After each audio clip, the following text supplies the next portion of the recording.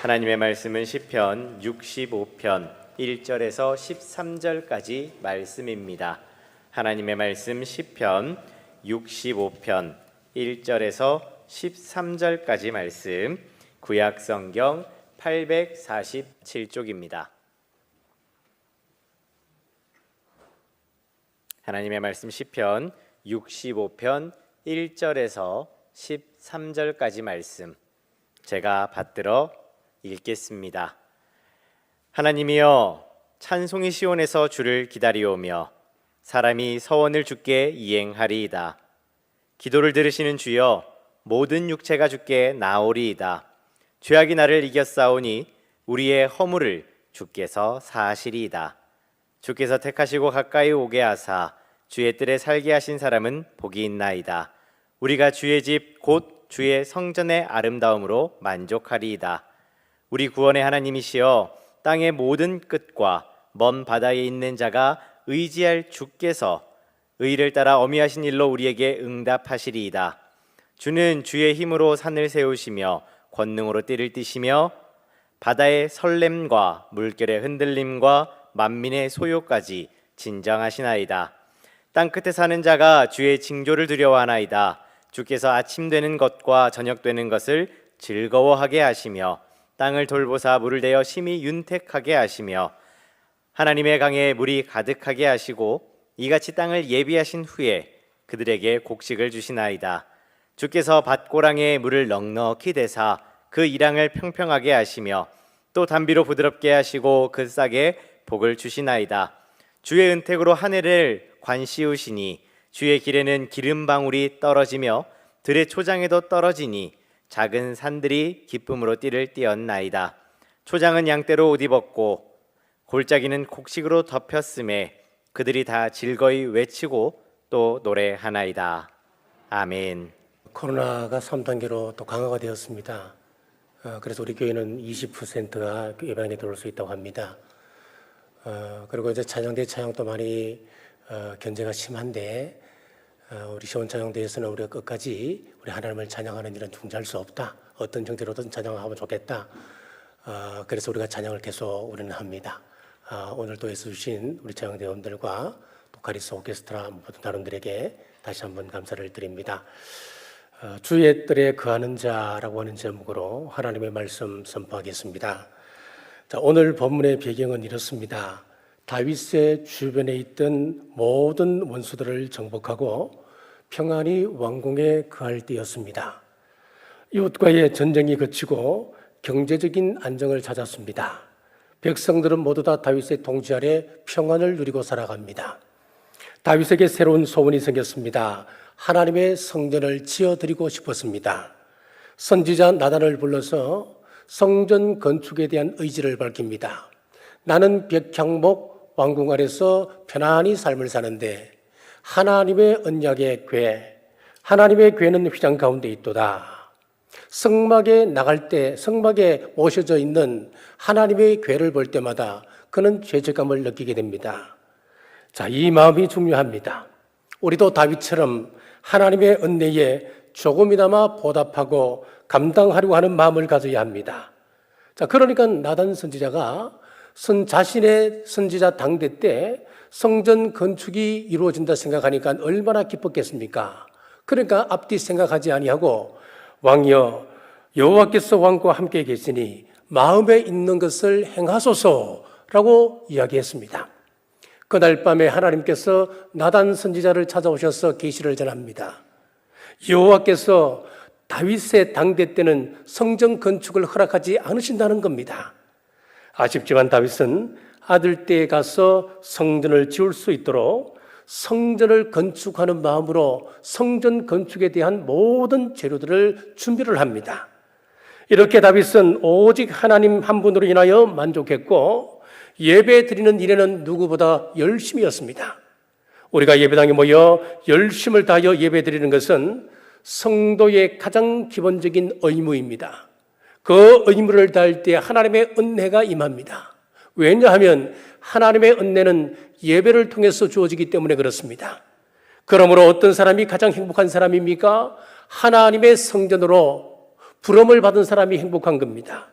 하나님의 성전을 내 아버지의 집이라 믿고 찾아 나온다고 하는 것은 이미 복을 받은 사람이라고 하는 것입니다. 자, 그럼 주의 뜰에 거하는 자는 어떤 자세를 가져야 할까요? 첫째는 찬송의 힘을 써야 합니다. 1절 말씀입니다. 여호와여 찬송이 시온에서 주를 기다리오며 사람이 서원을 주께 이행하리이다. 자, 이 말씀을 표준 새 번역에서는 다음과 같이 번역을 했습니다. 하나님 시온에서 주님을 찬양함이 마땅한 일이니 주께 한 맹세를 지키렵니다 라고 번역을 했습니다. 그리고 깔뱅은 본문을 하나님의 백성이라면 마땅히 하나님을 찬송해야 한다는 필연성을 말한다 이렇게 추석을 했습니다. 시온은 예루살렘을 말합니다. 이곳은 성전이요 요즘 말로 하면 예배당입니다. 예배당을 예표하는 것입니다. 하나님은 시온적 교회에 모여서 주님을 찬양하는 것이 당연한 일이다 라고 깔뱅은 말하고 있는 겁니다. 하나님은 이스라엘의 찬송 중에 거하신다고 했습니다. 하나님은 어떤 헌물보다도 찬미의 제사를 기쁘게 받으시는 분이십니다. 그러므로 우리는 목청을 가다듬고 소리를 높여 최선을 다하여 찬송해야 합니다. 음악성이 있다, 음악성이 없다, 그 문제가 아니란 이야기지요. 하나님께서 우리에게 소리를 낼 수 있도록 할 수 있는 그 때에 힘껏 찬송해야 됩니다. 건강이 좋지 못하거나 또 연세가 높아지면 내가 큰 소리 내어 찬송을 하고 싶어도 못할 그때가 오지 않습니까? 그리고는 우리가 부르고 싶어도 부르지 못할 그날이 올 것인데 우리가 찬양을 부를 때는 열심히 찬양할 수 있어야 합니다. 이것이 하나님께 올리는 찬양입니다. 본문에 보면 다윗은 새로운 찬송을 가지고 하나님 앞에 나가 전심으로 찬송 부르기로 작정하고 있습니다. 찬양대의 정스러운 찬양은 언제나 큰 감동을 줍니다. 우리 카리스 오케스트라가 얼마나 이 찬양을 위해서 오랫동안 준비하는지 여러분 모르실 겁니다. 설교 전에 하나님을 향하여 드리는 이 찬양들은 우리의 마음의 문을 열게 합니다. 오늘 시온 찬양대의 찬양을 통해서 저 또한 큰 은혜를 받았습니다. 우리 찬양대가 열심을 다하여 준비하고 또 당일에는 최선을 다하여 하나님 앞에 찬양을 드리는 것처럼 우리 성도들의 찬양도 그렇게 해야 합니다. 예배 시간에 찬송을 부르는 둥 마는 둥 그렇게 해서는 안 됩니다. 앞에서 이렇게 여러분의 찬양하는 모습을 살펴보면은 입술을 아예 안 벌리는 사람도 있습니다. 달싹달싹 저 사람이 부르는지 마는지 그런 사람 또한 있습니다. 그러시면 안 됩니다. 찬송 속에 살게 되면 은혜 안에 우리는 살게 되는 것이고 은혜 안에 우리가 살게 되면 우리 영혼 깊은 곳에서 은혜의 강물이 흐르게 된다고 하는 것을 믿으시고 찬양 드리는 일에 최선을 다하는 우리 모두 되시길 주님의 이름으로 축복합니다. 둘째는 기도에 힘써야 합니다. 2절 말씀입니다.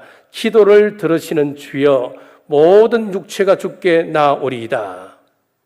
우리 하나님의 자녀가 가지고 있는 권세 중 하나가 기도할 수 있는 특권이라고 하는 것입니다. 똑같은 문제나 환경을 만났을 때 세상 사람들은 수천 수만 가지 문제 앞에 환경 앞에 원망하고 불평하다 그 자리에 주저앉아 버리고 말지만은 우리 하나님의 자녀들은 막힌 문제 앞에서도 열려있는 하늘을 향하여 보게 됩니다. 이것이 은혜요, 이것이 축복입니다. 위를 바라보고 기도할 때 엘리야의 응답처럼 응답의 소낙비가 내리기 시작하는 것입니다. 아름다운 예배당이나 잘 짜여진 예배 순서 그리고 세련된 찬양대의 찬양은 예배의 한 부분입니다. 중요한 것은 이것을 통하여서 우리는 하나님을 만나고 하나님께 예배하고 하나님이 주시는 은혜를 맛보고 돌아가는 것, 이것이 중요합니다. 자, 이런 것을 우리가 누리기 위해서는 반드시 기도가 필요합니다. 그래서 다윗이 힘쓰고 애썼던 것은 기도 생활이었습니다. 2절의 말씀 상반절을 보시면은 기도를 들으시는 주여라고 기도하고 있지요. 이 말은 무슨 이야기냐면 내가 기도하면 하나님께서는 반드시 들으신다고 하는 확신입니다. 다윗이 하나님 앞에 이렇게 표현할 수 있었던 것은 그가 실제로 기도의 응답을 받았던 사람이기 때문에 이렇게 확신적으로 기도할 수 있는 거예요. 그는 사울 왕에게 쫓겨 도망 다니는 중에도 수없이 기도했습니다. 아들 압살롬의 반란으로 생사가 위태로울 때도 하나님 앞에 간절히 기도했습니다. 큰 죄를 지었어도 하나님 앞에 나아가 기도했고, 비파야 수금아 깰지어다 내가 새벽을 깨우리로다, 그는 새벽을 깨워서 기도했습니다. 다윗은 기도의 사람이었습니다. 이들 중봉절에서도 모든 육체가 죽게 나오리다 라고 했을 때 아무 데서나 기도할 수 있지만은 하나님의 성전에 나가 기도할 것을 권면하고 있습니다. 기도는 이론이 아닙니다. 기도는 생활이고 기도는 습관이 되어야 합니다. 문제 해결의 가장 완벽한 문제인 것을 우리가 체득해야 합니다. 그러려면 정한 장소가 필요합니다. 물론 집에서도 할 수 있지만은 시간을 지키기가 참 힘들지 않습니까? 그래서 억지로라도 교회에 나와서 예배드리고 교회에 나와서 기도하고 하는 이유가 여기에 있습니다. 기도에 힘쓰는 우리 모두 되시길 주님의 이름으로 축복합니다. 셋째, 속죄의 은혜가 있어야 합니다. 3절입니다. 죄악이 나를 이겼사오니 우리의 허물을 주께서 사하시리이다. 아무리 시대가 변했다 해도 죄는 죄입니다. 죄의 삭은 사망이라고 성경은 분명히 또한 말씀하고 있습니다. 그러나 오늘 이 시대는 죄에 대해서 무감각하여서 죄를 두려워할 줄 모릅니다. 마치 외국에 나가 있는 우리나라 프로 선수 중에 야구 그리고 축구 선수가 1년 연봉이 어떤 사람은 100억이고 어떤 사람은 200억이 넘는다. 또 서울의 아파트 한 채가 아파트 하나가 뭐 17억이고 20억이다. 자, 그러다 보니까 그 사람들은 100만 원, 뭐 200만 원, 그것이 돈처럼 느껴지겠습니까? 돈으로 여겨지지 않는 세상을 살아가는 거예요. 마찬가지로 세상에 죄가 너무 넘쳐 있기 때문에 죄의 문제에 대해서 별로 심각하게 생각하지 않는 그런 경향이 있다, 그 말씀입니다. 그러나 다방면에서 들어오는 죄는 우리 힘으로는 극복할 수가 없습니다. 어떤 때는 습관이라고 하는 이름을 빌어 우리에게 다가오기도 합니다. 죄라고 하는 것은 우리를 존재론적으로 점령하고 있습니다. 무슨 이야기냐면은 예수님을 닮아 살려고 하루에도 수없이 결단합니다. 하나님의 은혜를 체험하고 이 은혜를 유지해야지, 예수님의 제자처럼 오늘 또 살아야지, 이웃을 사랑해야지, 내 입술을 지켜야지, 하루에도 수없이 결단하지만은 그 다음날 다시 되돌아보면 여전히 죄의 구렁텅이 속에 빠져 허우적거리고 있는 자신의 모습을 발견한다는 거예요. 이게 존재라는 거예요. 우리 인간의 존재입니다. 마틴 루터는 이 부분을 정확하게 보고 다음과 같은 말을 했습니다. 우리 성도는 죄인임과 동시에 의인이다. 의인임과 동시에 또한 죄인이다 라고 했습니다. 다윗은 죄와 수없이 싸워본 경험이 있었기 때문에 그는 부끄럽지만 다음과 같이 고백할 수밖에 없었습니다. 죄악이 나를 이겼다. 그의 결론이에요. 죄가 나를 이겼다. 여러분, 이렇게 죄악이라고 하는 것이 얼마나 강하고 끈질긴지 우리의 의지만으로는 이겨낼 수가 없는 것입니다. 그런데 참 감사한 것은 하나님께서 지금 죄짐을 지고 그대로 나를 찾아라. 그러면 내가 용서할 것이다 라고 말씀하고 있습니다. 우리의 허물을 주께서 사하시리다 그랬잖아요. 얼마나 감사한 일입니까? 다윗은 시편 103편 8절에서 12절에서 사죄의 은혜를 주시는 하나님을 이렇게 찬양했습니다. 여호와는 긍휼이 많으시고 은혜로우시며 노하기를 더디하시고 인자하심이 풍부하시도다. 자주 경책하지 아니하시며 노를 영원히 품지 아니하시리로다. 우리의 죄를 따라 우리를 처벌하지는 아니하시며 우리의 죄악을 따라 우리에게 그대로 갚지는 아니하셨으며 이는 하늘이 땅에서 높은 같이 그를 경외하는 자에게 그의 인자하심이 크심이로다. 동이스에서 먼 것 같이 우리의 죄가를 우리에게서 멀리 옮기셔서며 동쪽과 서쪽은 정반대여서 영원히 만날 수가 없습니다. 우리가 우리의 죄를 가지고 예수 그리스도 앞에 나아가면 우리 예수님께서 어떻게 말씀하시느냐 하면은 동이스에서 먼 것처럼 우리의 죄가도 그렇게 하겠다. 이 엄청난 약속이에요. 우리는 날마다 죄를 지을 수밖에 없는 그런 존재인데 우리 예수 그리스도께서 우리에게 주신 약속이 나에게 나오기만 한다면은 예수 그리스도 십자가 피 공로로 말미암아서 우리의 죄를 멀리 해주시겠다, 기억조차 하지 않으시겠다 말씀하십니다. 이사야 선지자는 사죄의 은총을 이사야 44장 22절에서 다음과 같이 약속합니다. 내가 내 허물을 빽빽한 구름같이 내 죄를 안개같이 없이 하였으니 너는 내게로 돌아오라. 내가 너를 구속하였음이라. 우리 죄가 안개같이 많을지라도 하나님께서 안개를 거두어 가시는 것처럼 우리의 죄를 구속해 주신다. 어떤 죄라도 구속해 주신다 약속하고 계십니다. 사랑하는 여러분, 죄는 하루하루 회개하고 정리해야지 한꺼번에 회개하겠다 하고 USB의 자료를 정리하고 보관하는 것처럼 그렇게 해서는 안 된다는 겁니다. 죄의 노예가 되고 마는 것입니다. 우리가 날마다 회개 자리를 기도를 드리는 사람이 하나님의 은혜 속에 사는 사람입니다. 날마다 회개함으로 사죄의 은총 속에 살아가시길 주님의 이름으로 축복합니다. 넷째는 하나님과 친밀해야 합니다. 4절 말씀입니다. 주께서 택하시고 가까이 오게 하사 주의 뜰에 살게 하신 사람은 복이 있나이다. 우리가 주의 집 곧 주의 성전의 아름다움으로 만족하리이다. 자, 본문에서 뜰을 히브리 말로는 하체르라고 하는 단어를 사용하고 있는데 이거는 단순한 뜰이 아니에요. 안쪽에 있는 뜰, 안뜰 그런 뜻을 가지고 있습니다. 성전 안으로 들어와야 합니다. 성전 밖에서 빙빙 돌면 안 되는 것입니다. 하나님의 자녀된 백성이 뜰 안으로 들어와서 거룩한 예식에 참여해야 그 사람이 복이 있다 이거 말씀입니다. 오늘 다윗은 성전 뜰에 나가는 것을 가장 귀한 복으로 믿고 있었습니다. 그가 도망 다닐 때 또 망명 생활을 할 때 성막에 나아갈 수 없었습니다. 안식일이 되어도 안식일을 지킬 수가 없었습니다. 그러니 성전 안에서 성전 뜰 안에서 예배를 드리고 하나님 앞에 기도할 수 있다고 하는 이 사실이 얼마나 귀중한 것이라고 하는 것을 그는 뼈저리게 깨닫고 있었던 것입니다. 요즘 코로나로 예배가 제한받는다는 것 여러분 상상이나 해보셨습니까? 언제든지 예배를 드리고 싶으면 오면 드렸습니다. 내가 전주에는 등산을 가고 놀러 다니고 했을지라도 내가 다음 주에 가기만 하면 나는 예배 드릴 수 있어 라고 생각을 했습니다. 자, 그런데 지금은 인원 제한을 합니다. 예배가 얼마나 소중한지 지금 다윗의 심정이 오늘 우리의 심정이기도 합니다.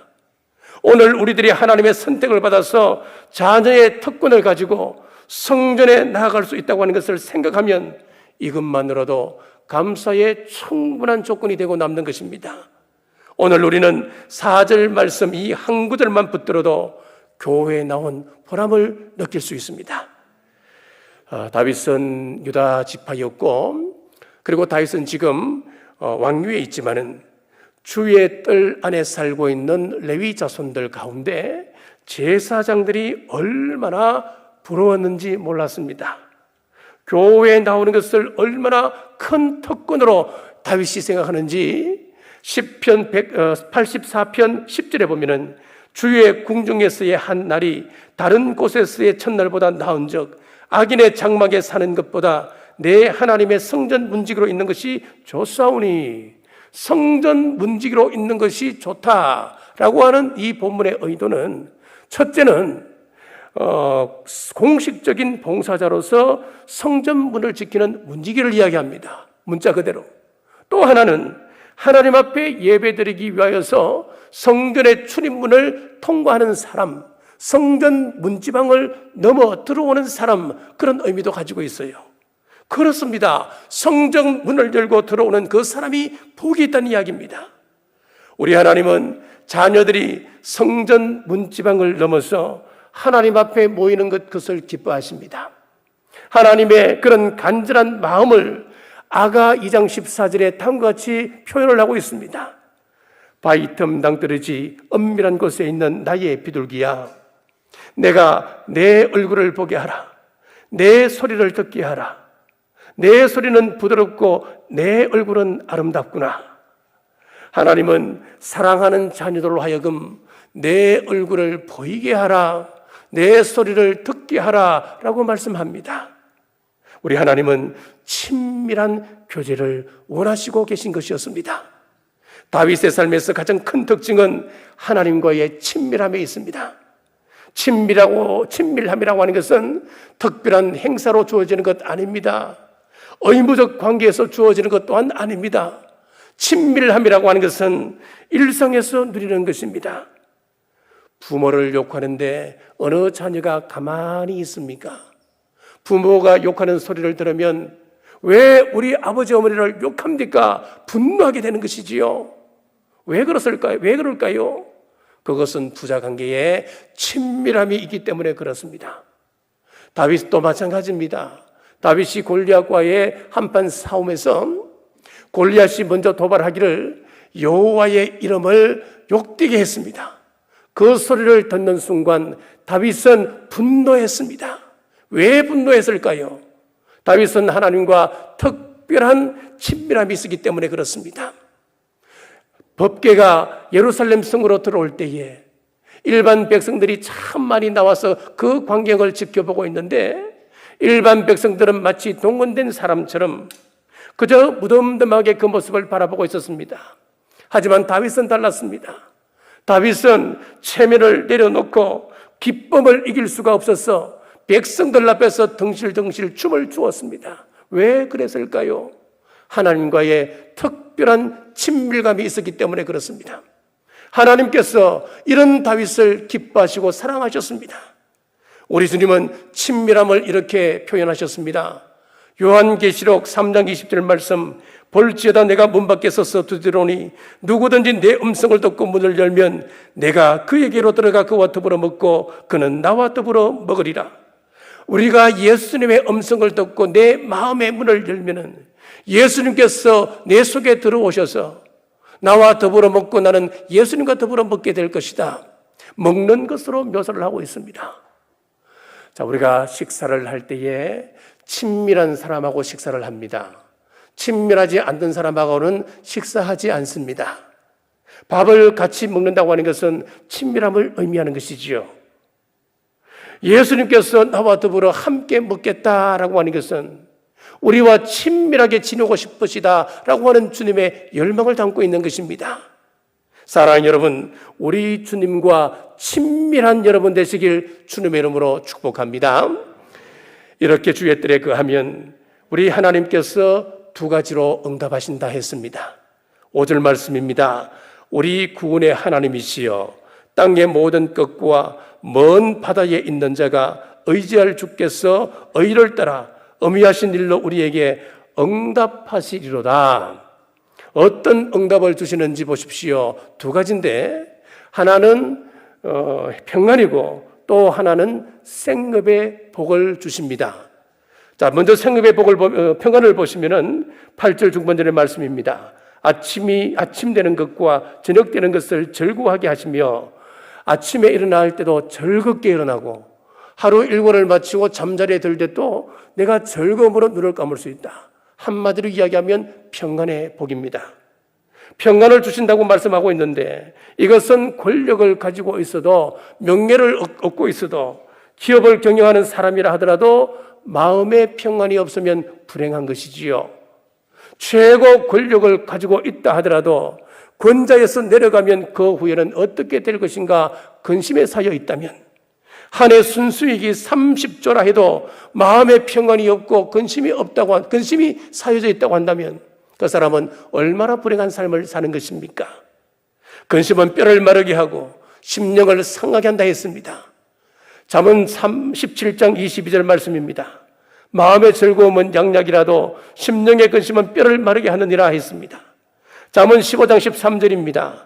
마음의 즐거움은 얼굴을 빛나게 하여도 마음의 근심은 심령을 상하게 하느니라 그랬습니다.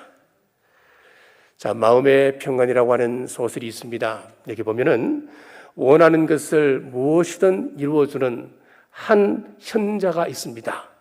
이 현자를 찾아서 한 젊은이가 여행을 떠납니다. 천신만고 끝에 이 노인을 만나서 젊은이가 자신의 소원을 이야기합니다. 첫째는 건강입니다. 둘째는 재물입니다. 셋째는 영원한 젊음입니다. 넷째는 재능을 개발하는 것입니다.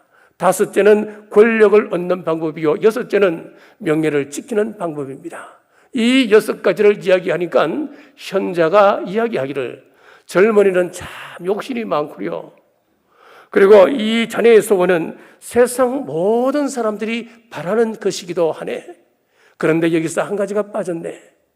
이런 것 다 가지고 있다 하더라도 평안을 잃어버리면 아무 소용없는 것이네 라고 이야기했습니다. 그렇습니다. 참된 평안은 물질로부터 오는 것이 아닙니다. 권력으로부터 오는 것도 아닙니다. 권세, 건강으로부터 오는 것도 아닙니다.